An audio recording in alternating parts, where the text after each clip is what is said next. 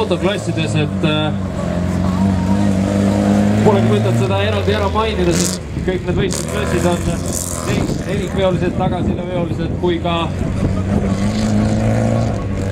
Jeepi klassis on ta siin võistelenud.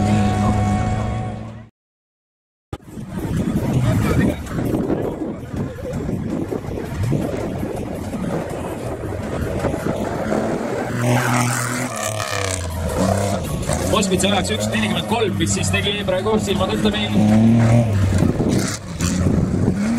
Turniga kella aeg 1.44 ja selliste kummidega või kummidega siin põllu peal kihutamas oli. Tundub, et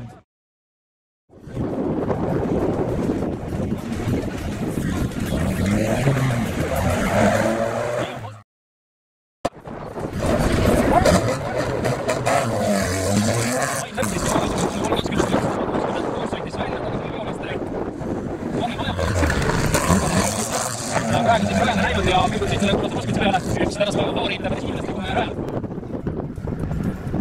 Kui nüüd teda püüdma hakkamas siis Eldor Torn, kelle aeg päeva esimesel poole 3.22, mis oli ka esimesel poole päevast teine paremsjärjestuselt.